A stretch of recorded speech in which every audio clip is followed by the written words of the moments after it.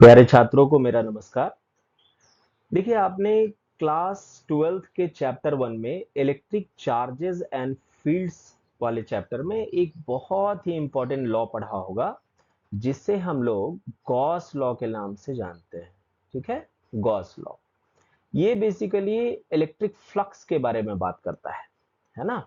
Charges के कारण जो फ्लक्स प्रोड्यूस होता है उसके बारे में बात करता है। चलिए, पहले आपको मैं थोड़ा सा गॉस लॉ बता देता हूं, तब इस न्यूमेरिकल प्रॉब्लम पे आएंगे। मान लीजिए कि आपके पास एक हॉलो प्लेस है, इमेजिनरी हॉलो प्लेस है, और इसके अंदर ना कुछ चार्ज अवेलेबल है। Let us suppose Q charge available है, और ये ना पॉजिटिव नेचर का है। तो ये चार्ज करेगा क्या? ये चार्ज जो है वो खुद से इलेक्ट्रिक फील्ड जो है वो हर एक डायरेक्शन में इमिट करेगा, कह सकते हैं, या इनसे होकर के इससे होकर के इलेक्ट्रिक फील्ड लाइंस इस तरीके से हर एक डायरेक्शन में क्रॉस करेगी। और ये electric field lines electric field के स्ट्रेंथ को रिप्रेजेंट करती है। मतलब चार्ज का वो बाउंड्री जहां तक ये चार्ज अपना इलेक्ट्रोस्टैटिक फोर्स लगा पाता है, उसको डिपिक्ट करने के लिए, उसको बताने के लिए इन इलेक्ट्रिक फील्ड लाइंस का यूज करते हैं। जहां पर फील्ड लाइन का जो गैप है, जैसे आप यहां पर गैप देख पा रहे हो, ये गैप बहुत कम है, मतलब इस पॉइंट पर इलेक्ट्रिक फील्ड ज्यादा है। यहां पर गैप बहुत ज्यादा है दो फील्ड लाइन के बीच में, मतलब यहां इलेक्ट्रिक फील्ड वीक है कंपैरेटिवली दिस पॉइंट। ठीक है, तो कहने का मतलब हुआ कि ये जो इलेक्ट्रिक फील्ड लाइंस है इस चार्ज से इमिट होती है, पॉजिटिव चार्ज से इमिट होती है। अगर ये नेगेटिव चार्ज रहता तो बाहर से इलेक्ट्रिक फील्ड लाइन यहां पर आती हुई प्रतीत होती है ना। तो अब ये जो फील्ड लाइन है, आप देख पा रहे होंगे, ये जो इमेजिनरी सरफेस एरिया हमने जो ब्लू कलर में ड्रॉ किया है, उससे ये इलेक्ट्रिक फील्ड लाइन क्रॉस कर रही है। ये इलेक्ट्रिक फील्ड लाइंस इस इमेजिनरी एरिया से क्रॉस कर रही है। ठीक है, मतलब हम कह सकते हैं कि इलेक्ट्रिक फील्ड लाइन इस एरिया से फ्लो कर रही है ना। और जितनी इलेक्ट्रिक फील्ड लाइन इस एरिया से परपेंडिकुलरली फ्लो करेगी, उसी को हम इलेक्ट्रिक फ्लक्स के नाम से जानते हैं। That means the number of electric field lines passing perpendicular to the given surface area around the charge or the boundary which is enclosing the charge, that is known as electric flux. Electric flux. और इस electric flux को Gauss law से find किया जा सकता है। Electric flux को phi से रिप्रेजेंट करते हैं, फाई ई लिखते हैं, equals to the magnitude of enclosed charge, जितना चार्ज इस बाउंड्री के अंदर है, एंड डिवाइडेड बाय परमिटिविटी। तो परमिटिविटी ऑफ फ्री स्पेस यहां ले रहे हैं, बिकॉज मैं ये कंसिडर करके चल रहा हूं कि इस चार्ज के चारों तरफ ये जो प्लेस है, ये एयर या वैक्यूम है, राइट। तो इसलिए हमने यहां परमिटिविटी एप्सिलॉन नॉट से रिप्रेजेंट करी है ना। अगर कोई दूसरा मटेरियल होता, डाइलेक्ट्रिक मटेरियल होता, डाइलेक्ट्रिक मीडियम होता, तो फिर उसके अकॉर्डिंग एप्सिलॉन का यूज करते, या फिर रिलेटिव परमिटिविटी एप्सिलॉन आर का यूज करते। तो वो बात की बात है, वो आप वीडियो लेक्चर्स में देखेंगे और सीखेंगे। आइए अब न्यूमेरिकल पे आते हैं। न्यूमेरिकल कह रहा है कि हमें इलेक्ट्रिक फ्लक्स फाइंड करना है, कौन से यूनिट में? न्यूटन मीटर स्क्वायर पर कूलम वाली यूनिट में। ठीक है, फॉर गॉसियन सरफेस। और एक चीज मैं आपको बता दूं, ये जो इमेजिनरी सरफेस मैंने ट्रीट किया है, इसी सरफेस को कहा जाता है गॉसियन सरफेस। जो चार्ज को एनक्लोज कर रहा है, चार्ज जिसके अंदर बंद है, उसे गॉसियन सरफेस कहा जाता है। ठीक है, तो दैट इनक्लोजेस थ्री चार्ज पार्टिकल्स। अभी इसके अंदर अकॉर्डिंग टू क्वेश्चन तीन चार्ज पार्टिकल्स हैं और फ्री स्पेस में है। ये इंडिकेशन हमें दे दिया कि हमें क्या यूज करना है, हमें एप्सिलॉन नॉट यूज करना है।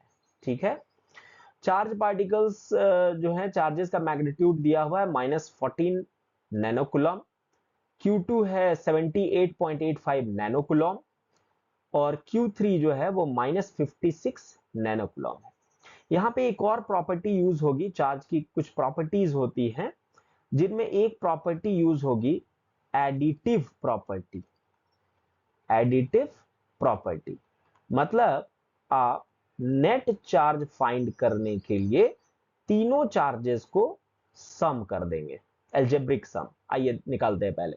तो अगर मुझे Q एनक्लोज्ड निकालना हो तो मैं क्या करूंगा, Q1 plus Q2 plus Q3 कर दूंगा, जो कि एल्जेब्रिक सम है। तो यहां से Q एनक्लोज निकल करके आ जाएगा -14 नैनोकुलम प्लस 78.85 नैनोकुलम प्लस -56 नैनोकुलम। ओके, अभी नेगेटिव चार्जेस को ऐड करेंगे पहले, तो हमारे पास Q एनक्लोज्ड मिल जाएगा 6 4 10 0 कैरी 1 5 1 6 एंड 7 -70 नैनोकुलम प्लस 78.85 नैनोकुलम।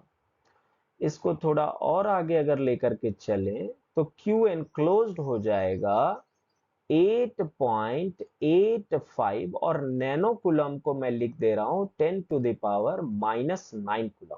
ओके, तो यहां तक का हमारा कैलकुलेशन हो गया। Now applying Gauss law of electrostatics. ठीक है, इलेक्ट्रोस्टैटिक्स के गॉस लॉ को अप्लाई करते हैं, जैसा कि हमने पहले ही लिख रखा है। phi E equals to Q enclosed upon epsilon naught. Q enclosed हमारा कितना है, 8.85 into 10 to the power -9 coulomb upon, ये एप्सिलॉन नॉट की वैल्यू भी इतनी ही होती है, 8.85 इंटू 10 टू द पावर में चेंजेस रहता है -12, और इसका एक यूनिट है। चलिए मैं यूनिट भी आपको क्लियर कर दूं। ये कूलम्स लॉ आपने पढ़ा होगा, F equals to 1/4 pi epsilon naught Q1 Q2 upon R square. तो यहां से आप एप्सिलॉन नॉट की यूनिट निकाल सकते हैं by writing 1/f into Q1 Q2 upon R square. मैंने 1/4 पाई नहीं लिखा क्योंकि उसका हमें नीड नहीं है।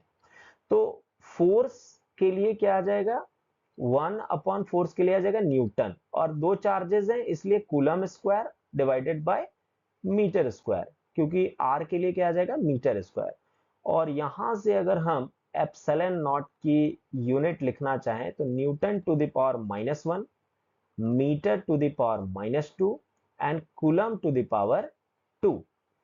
अब इसी यूनिट को मैं यहां पे पुट कर रहा हूं, newton to the power -1, metre to the power -2 and coulomb to the power 2।